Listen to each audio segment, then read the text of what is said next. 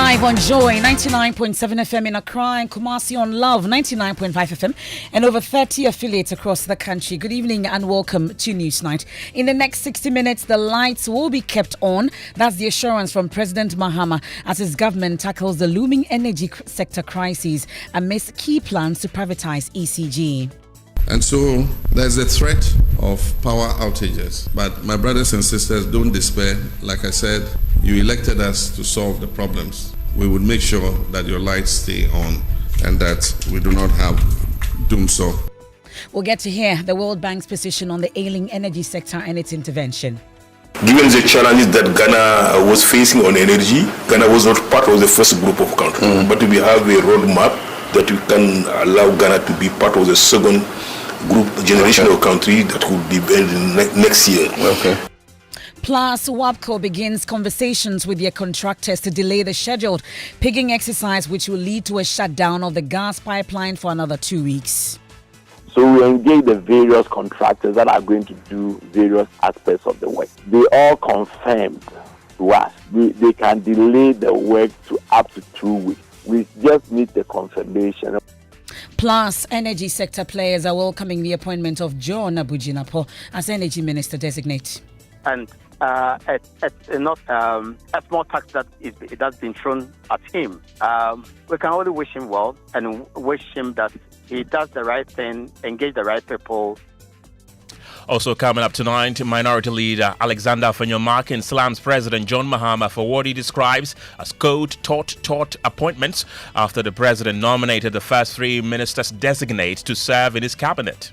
When the names were read out by Mr. Speaker, he read out only three names: the Finance Minister designate, the Energy Minister designate, and the Attorney General and Minister of Justice designate. Mr. Speaker, this taught appointment is unacceptable. Mr. Speaker. We have details plus bring you the verdict of Finance Minister designate Cassia Lato-Forson on the state of the sector he is inherited. Ghana should brace for serious austerity in the coming years for the next 4 years or more. The mess they have created is such that they will leave office, their shadow will follow any government that comes after them. The state of our nation is hopeless. You are taxing me for moving money from my back pocket to my front pocket. How can you do that? You want to stay with us as we explore the challenges that lay ahead. Also tonight, increasing number of parents call for a review of the free senior high school policy, urging financial capability or capable parents to pay the awards fees amid government's food supply challenges in the various senior high schools days after reopening. Those who can pay should be allowed to pay, and we should rationalize the process. And in business, we're bringing you some industry reactions to the nomination of Dr. Lato-Forson as Minister Designate for Finance. And in sports, former GFA Executive Council member and President of Young Apostle Samuel Inimado charged with misconduct by the Association for social media comment on the performance of a Ghana Premier League referee. We'll bring you details plus reaction by his club who are distancing themselves from him. He loved people. And whenever he told these stories in Sunday school, he always said he did it for one simple reason. He worshiped the Prince of Peace, and he commanded it. And all 5 living presidents of the United States gather at the National Cathedral in Washington to honor and bid the first born-again U.S. President Jimmy Carter farewell as he's laid to rest today. Jimmy Carter did justly, loved mercy, walked humbly. May God bless a great American and a dear friend and a good man. May he raised up on eagle's wings, bear you on the breath of dawn, make you to shine like the sun, and hold you in the palm of his hand. God bless you, Jimmy Carter. You want to stay with us for details of these and many other stories. You can also get interactive with us on WhatsApp. It's 055-111-997. You can also go to our Facebook and Twitter handles with the hashtag Newsnight. My name is Kenneth Jesse. And I am Emefa Apau. Details shortly. Thanks for staying with us. This is Newsnight on Joy 99.7 FM. And tonight, government is seeking to buy more time to tackle the looming energy crisis as the West African Gas Pipeline Company prepares to shut down its Takoradi to Tema pipeline for maintenance for January 20 to February 16th, 2025. The move is expected to disrupt gas supply, risking significant power shortfalls unless alternative fuel sources are secured. And with just 11 days to go, the government must secure $89 million to purchase fuel for the affected thermal plants, while President John Mahama, speaking at the 92nd Annual National Jalsa of the Ahmadiyya Muslim Mission in Pomadzi, assured Ghanaians of stable electricity during the period. He acknowledged the challenges but urged citizens not to lose hope, noting it will take at least 2 weeks to procure the needed fuel. Shutdown of the West African gas pipeline was supposed to take place in October last year. At the intervention of this government, it was postponed till January. This is a long delayed maintenance and has to be urgently done. But what it means is that there will be no gas available for all our generating plants in the east of Ghana, that is the Tema Enclave, because it will have curtailed the gas coming from Nigeria and the gas that comes in the reverse flow from our gas processing plants in the west. And so it means that the thermal generating plants in the Tema Enclave would have no access to gas. And normally, to forestall blackouts because of the loss of almost 2,000 megawatts of power, we have to make provision for fuel. And this is light crude oil, heavy fuel oil, and distillate fuel. Unfortunately, enough provision was not made for this eventuality. When the fuel arrives, it takes time to import it, 3 weeks to place an order and get it delivered. And when it arrives, you have to treat the fuel for another week and a half to make it ready for use in the generating plants. And so there's a threat of power outages. But my brothers and sisters, don't despair. Like I said, you elected us to solve the problems, not to put the blame on anybody else or to shoulder you with those problems. And so yesterday I called a meeting of all the stakeholders in the electricity value chain. And they have been sitting since yesterday to today to come out with innovative solutions so that we're able to keep the lights on. And so I can assure you, with some of the ideas they've come up with, we will make sure that your lights stay on and that we do not have doomsday, as you popularly call it. That's President Mahama's assurance a while ago at the 92nd Annual National Jalsa of the Ahmadiyya Muslim Mission in Pumati a while ago. Well, let's check on this particular pigging exercise. Wapko, Ken, you've been speaking about it a while ago. It's expected to happen from the 20th of January all the way to the 16th of February in 2025. And thankfully, we have the General Manager of Corporate Affairs for Wapko, Dr. Isaac Ejedoku. We are grateful for your time here on Newsnight. First, though, let's get clarity on this particular plant maintenance. Has it been rescheduled or is still on course? Yeah, good evening, and thank you for having me on your Thursday. I think the President has, His Excellency the President has articulated that this is an overdue maintenance that we have to undertake. Yesterday, we were at the meeting. Mm-hmm. The plan, which was new from last year, was that the maintenance will start on the 20th of January. And yesterday, we were at the meeting. It was obviously made clear that the alternate fuels that will be needed at SEMA are not yet ready. So we're tasked. We've already contracted the vendors that will be undertaking the start. I think we've had initial conversation with them, bearing in mind the impact that the pigging exercise can have on the power system in the country. And so our MD did indicate that the initial conversation we have had with the various contractors and vendors is that the start of the pegging on the 20th, it's possible that it could be delayed for up to 2 weeks. However, because this is an initial discussion we've had with them, we are going to get back to the team with a firm conversation once we've got things in writing, because these are contracts and you cannot go by verbal conversation. So that is the information we shared at the meeting, which His Excellency the President referred to in his address. A technical team was formed, I believe, from the various meetings, and they are working on it. And the information that we provide yesterday may be part of what they are using in the exercise that they are doing.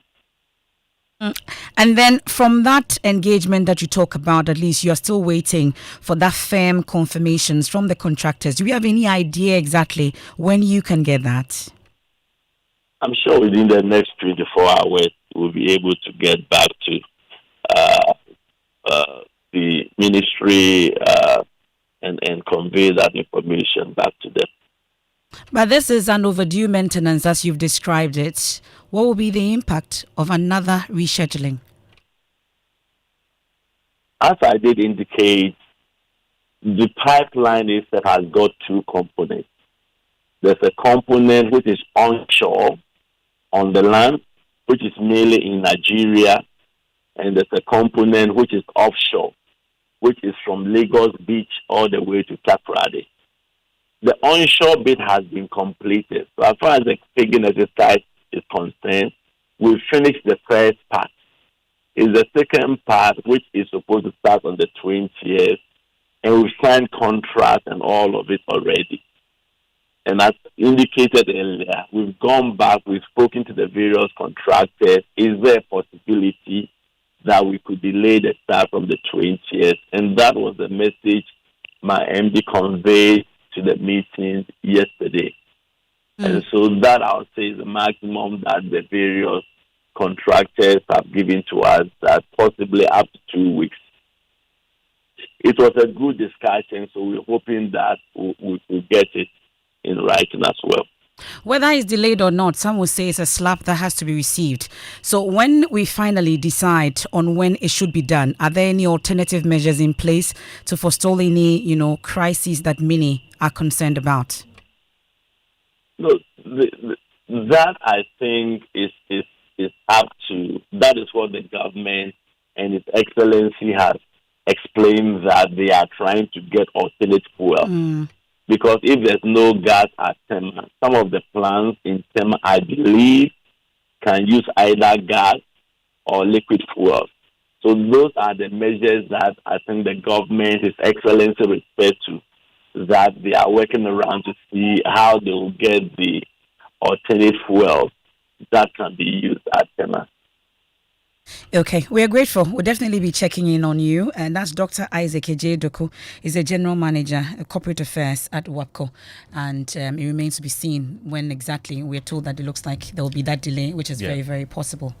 But whatever happens, it's going to happen. Meanwhile, to tackle the larger energy sector challenges, the government is already seeking to privatize the electricity company of Ghana. And at the heart of the challenge is ECG's failure to effectively channel revenue to key power stakeholders, threatening the entire energy supply chain.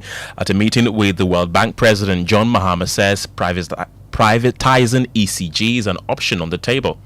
The Achilles heel of Ghana's financial and economic stability is there, and blew apart everything that we have achieved, in the last few years. And so how we change the systems in the energy sector to make sure that we pay down the debt and make it more efficient than it is currently. I was vice president at the time. My president, Professor Mills, signed the MCC. Actually I signed it, but he initiated the discussions. When he was ready to sign, I was the one who signed it. And it was meant to improve and make Ghana the most efficient producer of electricity in Africa and become a major hub for electricity exports. Unfortunately, democracy has its dividends, but it also sometimes can be a curse. We left government and a new government took over and took over the Millennium Challenge Compact, mixed up the last segment of it, which was providing efficiency in distribution, billing, metering, and all that. And of course, PDS is history now.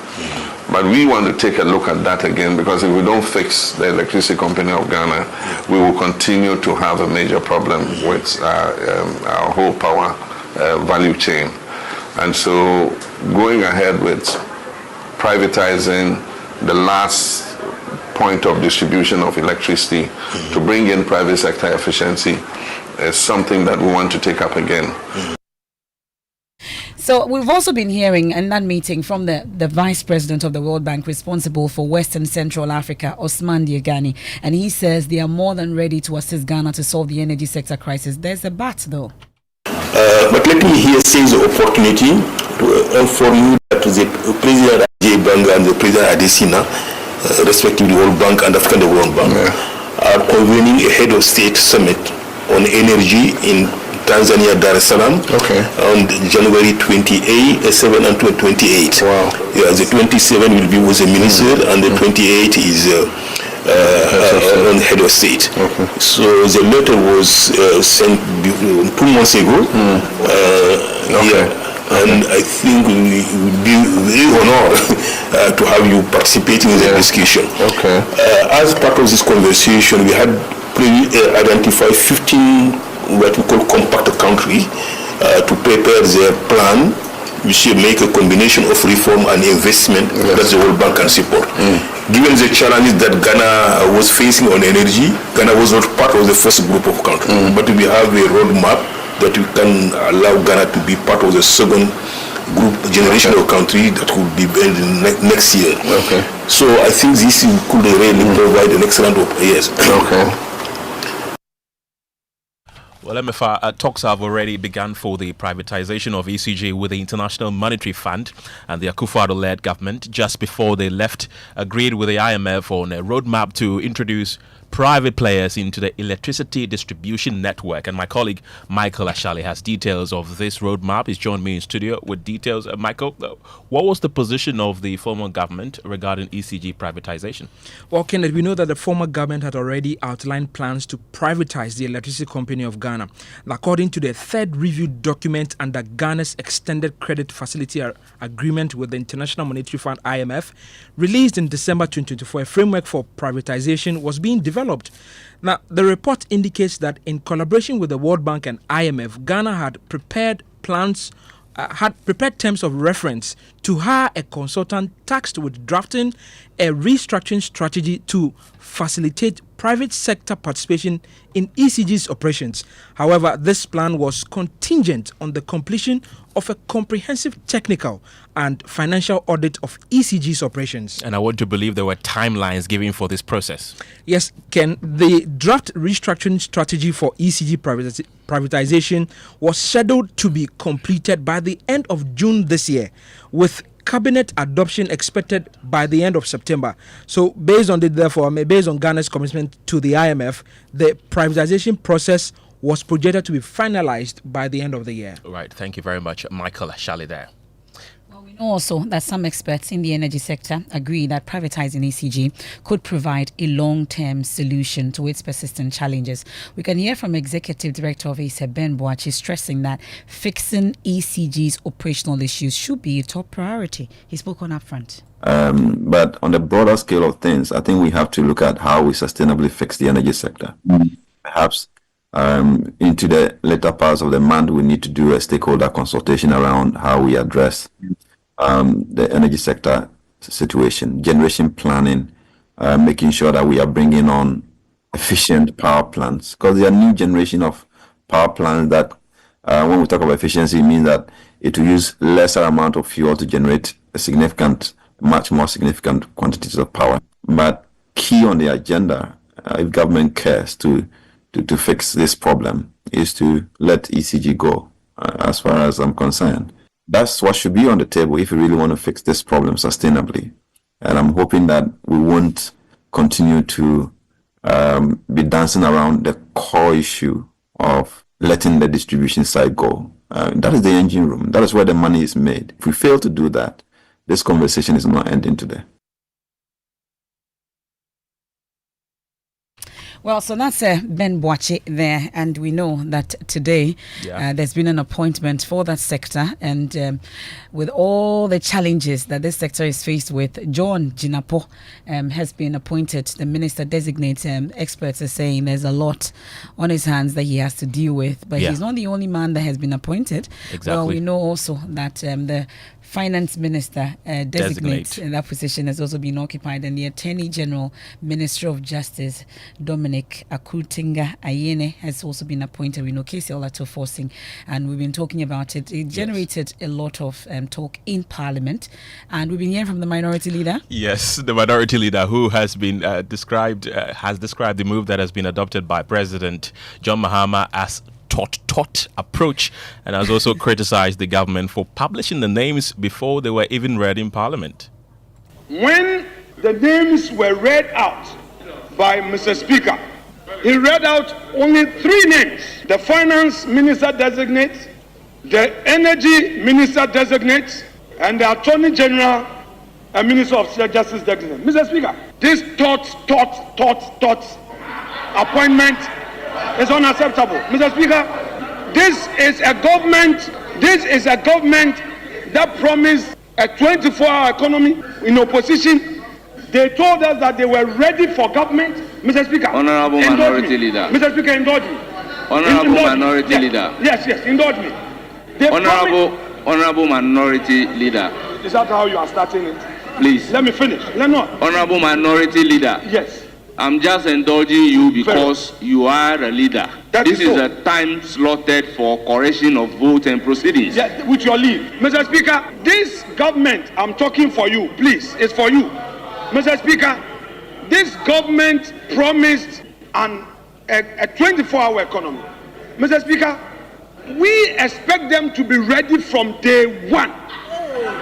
Mr. Speaker, you cannot start energy, finance, Attorney General. When are the red of the minister? You must be ready. We want to hear Ama Kofi Bua. We want to hear Agric. We want to hear Agric Ministry. Honorable Erikopoku.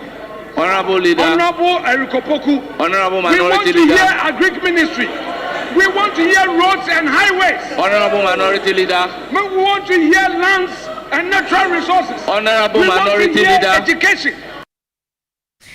Well, that's the Minority Leader, yes, Alexander Afenyo-Markin. Let's bring in Parliamentary Affairs Correspondent, right? Indeed, and Kweku Asante is joining us on the telephone line with more. Kweku, we know that the Minority Chief Whip, Frank Anodompre, has been promising rigorous vetting. Tell us about it. Well, yes, so the Insoma Dredju MP did continue the drama that was started by the Minority Leader. He also spoke about some of the appointments, but zoomed directly into the fact that these persons, despite they being key figures in Parliament, will face rigorous vetting when they appear before the appointment committee. The President has made it abundantly clear that he will not go beyond 60. So, at one breath, Honorable Nogbe, are you going to be amongst the 60? So, on a more serious note, I want to commend your good self and leadership for being proactive when we took the decision to put together the selection committee and the appointment committee and the business committee in anticipation of these nominees coming. We on the minority side will be ready for you at the appointment committee. We want to caution your nominee to come prepared. It's not going to be business as usual. Come prepared. I hope you will be prepared when you appear before the appointment committee. And Kweku, how is the Majority Leader, whose name has been mentioned to be the Finance Minister, been responding to all of these?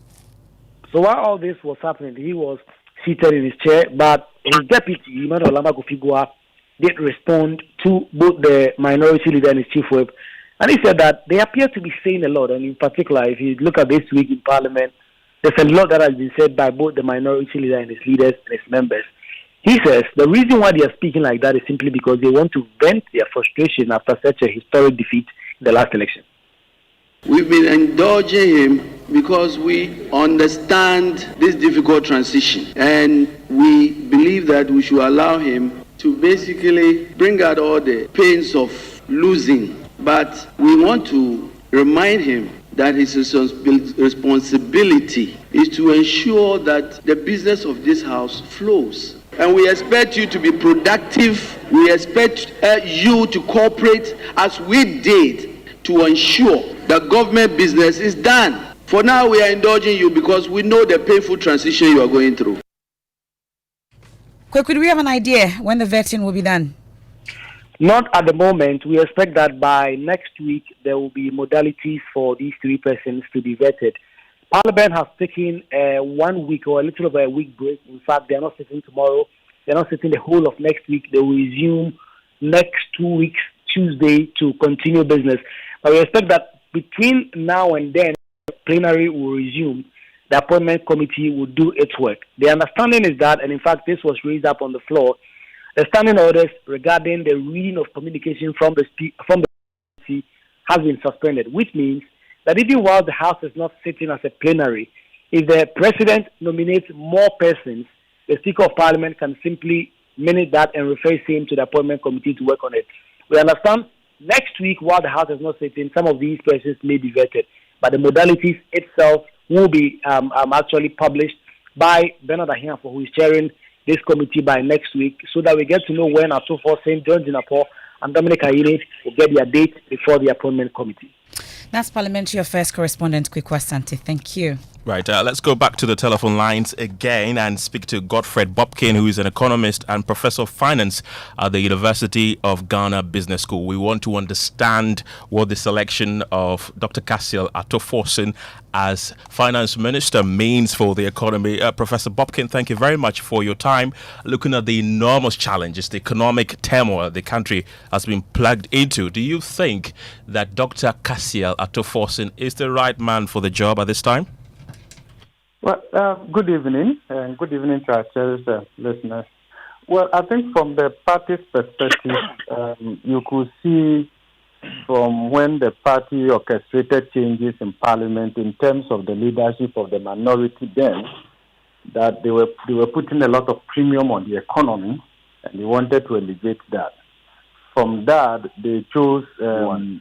Cassiel Atoforsen to be the minority leader. That's my reading of it. And therefore, I think to a large extent, he represents the party's understanding of the challenges, how that can be resolved going forward. So to a large extent, I would say that, yes, he checks the box and all of that. But of course, if he decides to work with the structures, because there are technical, well-qualified people at the Ministry of Finance that he can leverage on their expertise and all of that. So I think we can give him the benefit of the doubt. Of course, in terms of his international exposure, he will need to scale up from that perspective and all of that in terms of engagement with multilateral institutions and stuff like that, the professionalism that comes with it, and again, his own technical understanding of the economy. And I think he has improved in the last couple of years,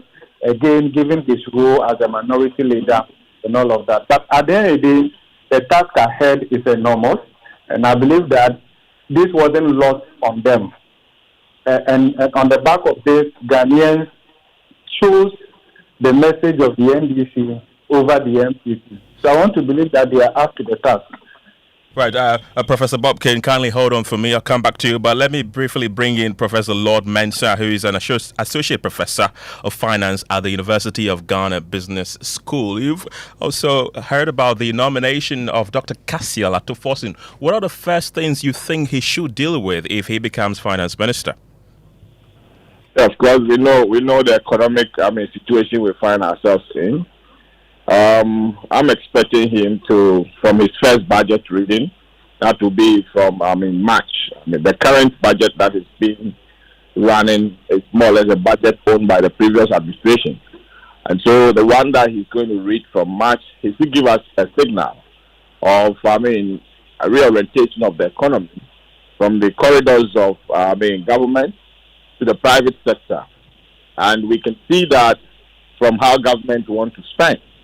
And then already, the signal earlier has been that government wants to cut down expenditure and make up for this by removing some, levies here and there. So from where I sit, I mean, they should stick to what they sold to Ghanaians from their manifesto, and then they should be able to find a way to reorient the economy and ensure that the economy gets to the people. I mean, a situation where we're talking about past inflation of 54%, we don't want to see that again. And luckily for him, we're under an IMF program which has its own conditions, and the condition is to tame down government expenditure and then enhance, revenue, generation. So if we stick to that within the first 1 year of his administration, we should be able to get a conserved economy, and then we move on. Okay, Professor Lord Mensah, thank you very much. But let me wrap up with you, Professor Godfred Bobkin there. I also want to find out from you, what are the first few things you think the finance minister designate should deal with? Well, of course, everything comes down to the economy right now. And I want to believe that, totally thinking that by now, the president would have announced a significant number of ministerial appointments. I think that the president should take a look at the pace in relation to what has to be done. And because the point is that the NDC would have known, even before December 7th, that they were going to win the election. And the period of transition should have been utilized efficiently. That's my considered view. So by now, the signal has to be clear. The market cannot wait for that long and all of that. So I think it's something that the president should take a second look and speed up along those lines. The more you wait, the more the pressure will come from you in reviewing CVs and all of that. But by now, you should have a clear understanding of who is going here, because you have a vision. So, but the priority for me is to focus on poverty reduction measures. Approximately 30% of Ghanaians are extremely poor. That is unacceptable. Right, Godfred Bobkin there. He is a professor of finance at the University of Ghana Business School. And earlier we also heard from Lord Mensah, who is a professor of finance as well from the University of Ghana Business School. MFA. Well, James Aveji joins us. We've been digging a lot. Well, during the campaign season, we know that the economy and the cost of living were top concerns for Ghanaians. Exactly. Let's talk about how inflation currently is looking, amongst others. Well, MFA, the Ghana Statistical Service recently released the inflation figures for December 2024, which showed an increase from 23% in November to 23.8% in December. Now, this marks the fourth consecutive month of marginal increase in the monthly inflation rate, while inflation is significantly improved from the record heights of previous years. This upward trend, according to the service, could persist into 2025, signaling that controlling inflation remains one key challenge of this administration. And the big one is the cedi against the dollar. What does it look like? Well, it's been strengthening in the last few weeks. In November last year, it peaked at 16 Ghana cedis to the dollar, but it has since appreciated slightly and remained relatively stable. Currently, it is hovering around 14 Ghana cedis to the dollar, and the Bank of Ghana quoting 14.74% per dollar today. Now, for Dr. Kesala Tuforce, in maintaining this stability while working for further strengthening of the cedi will be crucial to curb inflation and restoring the public confidence in the government as well. And I'm sure there will be a lot more conversations on this, because we know already that Ghana has resumed interest payments on its restructured Eurobonds, and we'll get to know a lot more about it, because George is also coming in with that. But it's a good time to bring back Dr. Kesala Tuforce. Let's first start with Dr. Tuforce, who has been nominated as the finance minister designate. He's currently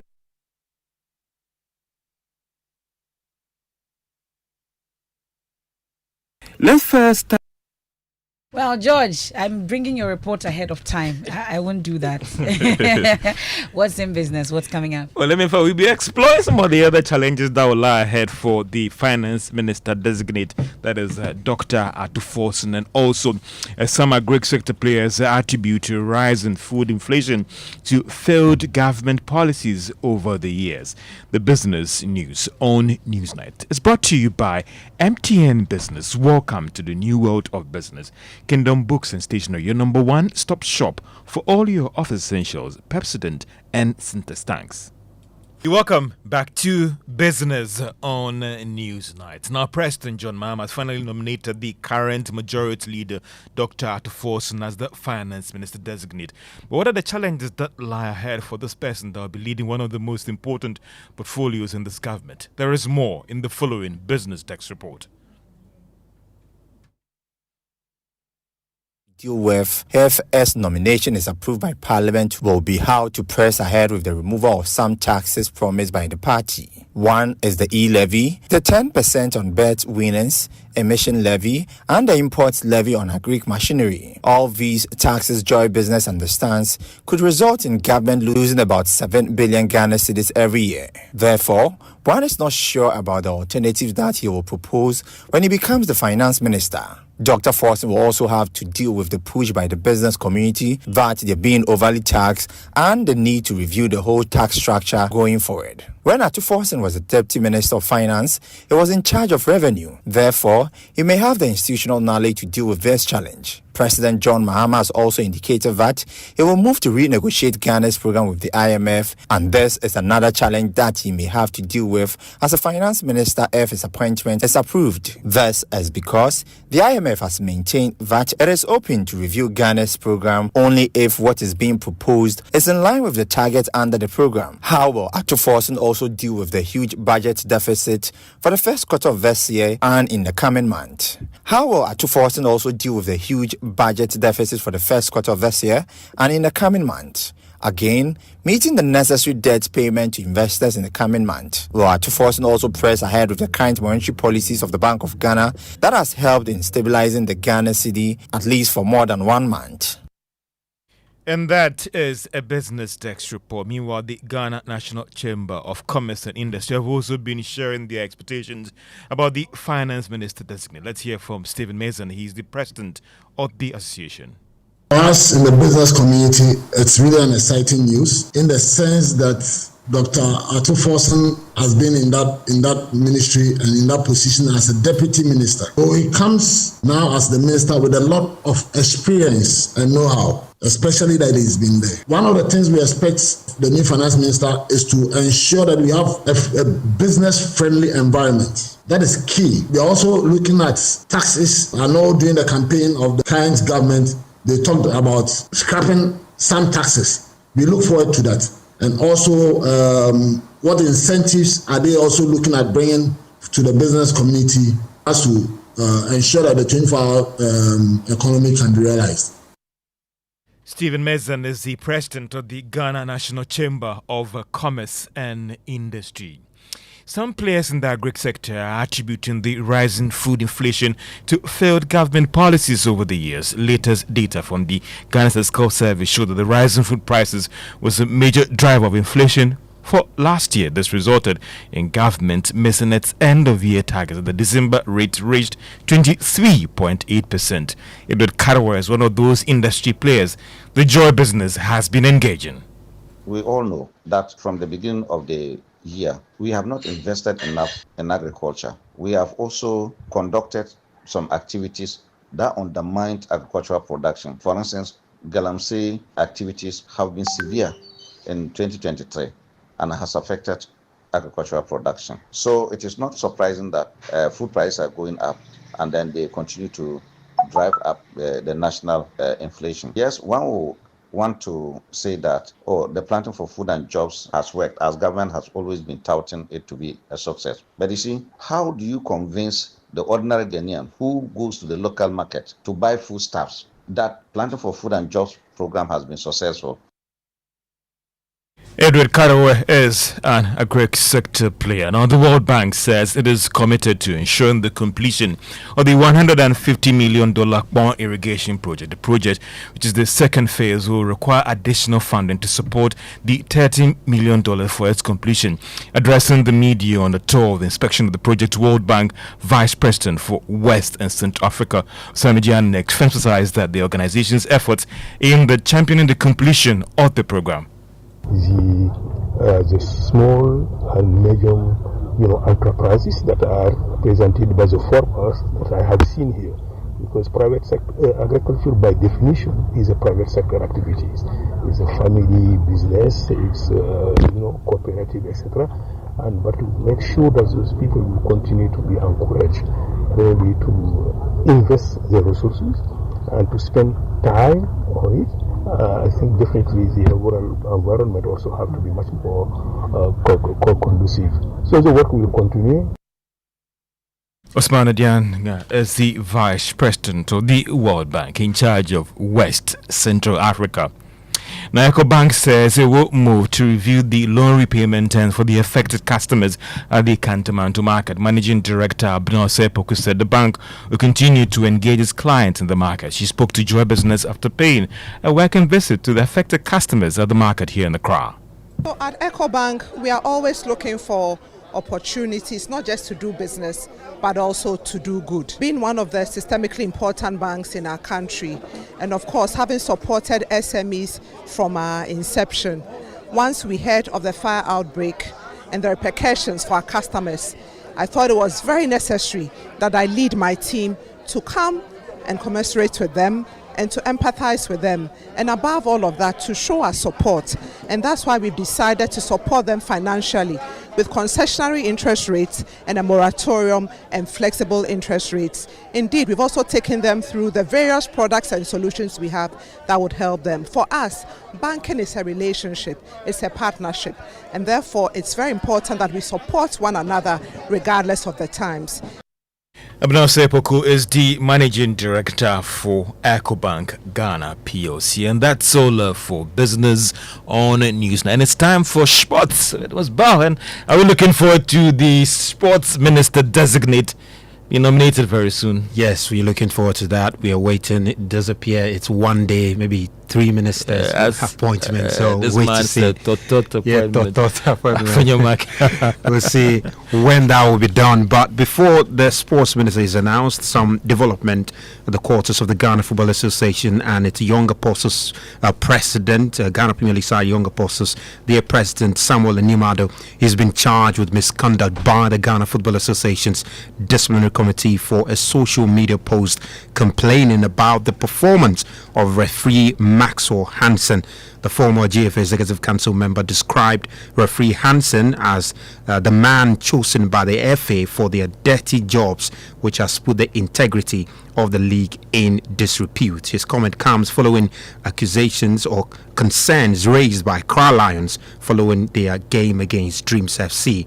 Now, here are excerpts of that statement by the Ghana Football Association. Samuel Animado has been charged with a breach of Articles 34.6d and 38.8c of the GFA Ghana Premier League Regulations 2019 following his commentary on his social media account on X. It is alleged that his commentary in the said post constitutes misconduct, which brings the name of the Ghana Football Association and the Ghana Premier League into disrepute. It is further alleged that part of his commentary involved accusations against a match official without proof. He has until Monday, January 13, 2025, to respond to the charges. Well, away from that to the earlier incidents at the Barbara Sports Stadium, where the National Sports Authority boss in the Ashanti region was forcibly removed from his office by some thugs, and earlier my colleague Delali Atiase of Love FM was at the venue, Barbara Sports Stadium, and he put what he saw in this report. The Ashanti Regional Director of the National Sports Authority, Kwame Ba Mensah, has been forcibly evicted from office by unknown persons. According to Love FM sources, thugs believed to be connected to the National Democratic Congress stormed the NSA office at the Barbara Sports Stadium on Thursday morning to lock up the offices, except that of the administrator. The heavily built men demanded that Kwame Ba vacated his office and handed over the keys to his office and his official car. Officers from the Asokwa police station, led by ASP Kofi Abuaje, intervened to control the scene and allow the safe departure of the regional director. Events took a dramatic turn when a greater number of staff of the NSA in the Ashanti region supported the action of the thugs, with many seen jubilating and hooting their boss out of the premises. The staff leveled a series of allegations against their boss, ranging from inappropriate promotions to victimization, bad working relations, corrupt practices, and non-payment of allowances for casual workers for 3 months. In a rather unceremonious manner, the regional director was booed by the staff before he was escorted into a private vehicle that sped off to the delight of the NSA workers, some of whom hurled insults and invectives at their boss. Yatiase of Love FM there. Well, earlier the MPP minority in Parliament demanded the President John Mahama to instruct the police to arrest all such persons engaged in these forcible removal of persons in their office and put them before court. Here is the Deputy Minority Leader, Patricia Appiah Ejay, who addressed the journalists in Parliament. This slogan suggests a broader and deeply troubling agenda aimed at reshaping the country's institutions through illegitimate means. These acts of tyranny and violence, as shocking as they are, cannot be viewed in isolation. They are deeply connected to the actions or lack thereof of President himself. Even before President John Dramani Mahama officially took the oath of office, he set a dangerous tone for governance by establishing the so-called Operating Recover All Leaks Oral Committee.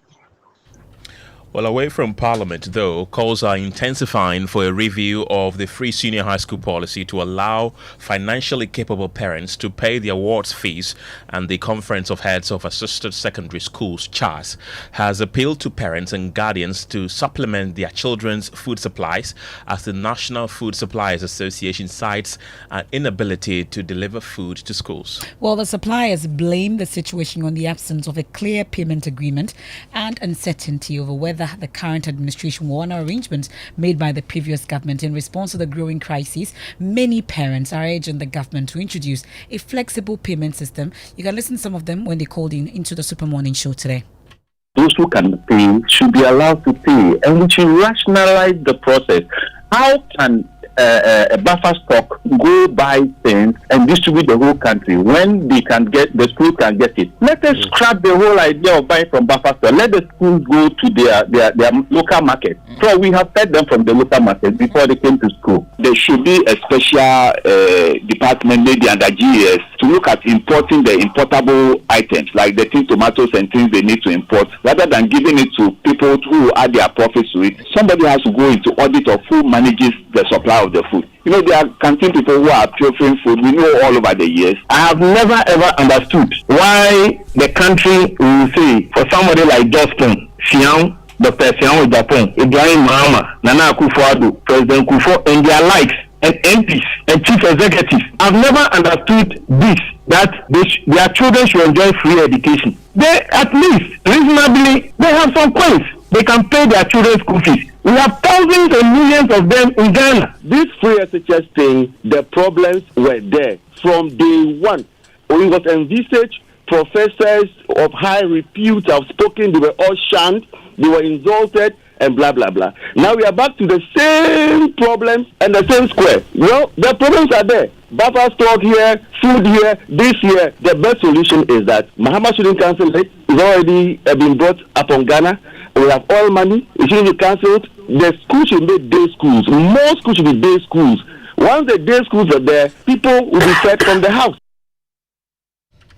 Some parents there who phoned into the Super Morning Show earlier today on the free SHS and the food supply situation. Where are we going next? We're going to the United States of America, MFL.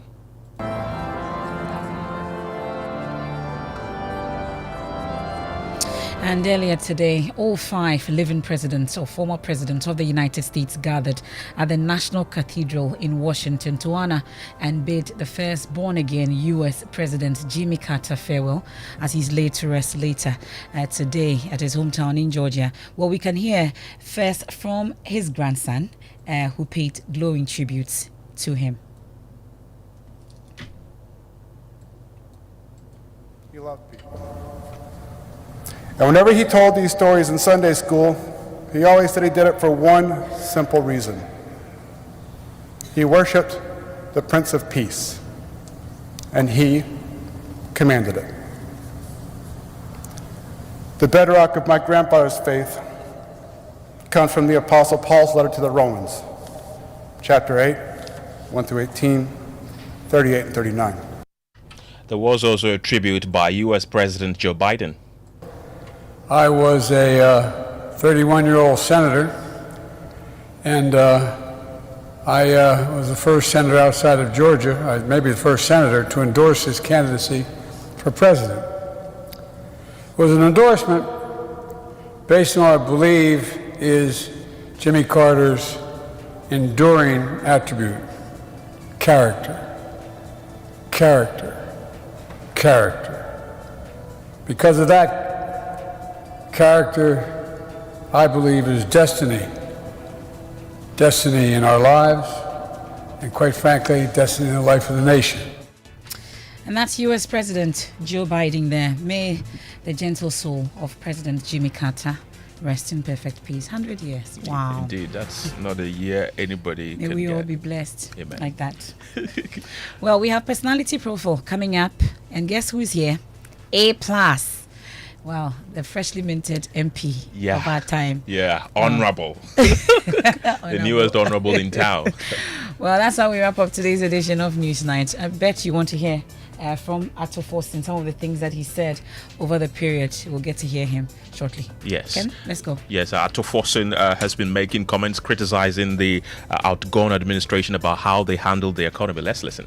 So, colleagues, Ghana should brace for serious austerity in the coming years for the next 4 years or more. The mess they have met, they have created, is such that they will leave office and their shadow will follow any government that comes after them.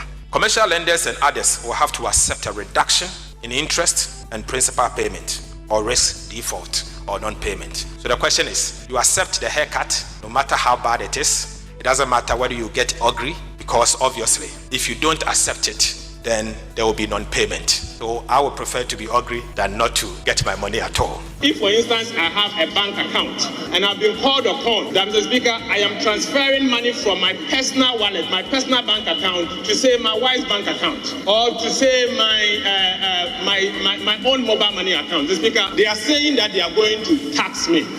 Mr. Speaker, my concern is that this simply means that you are taxing me for moving money from my back pocket to my front pocket.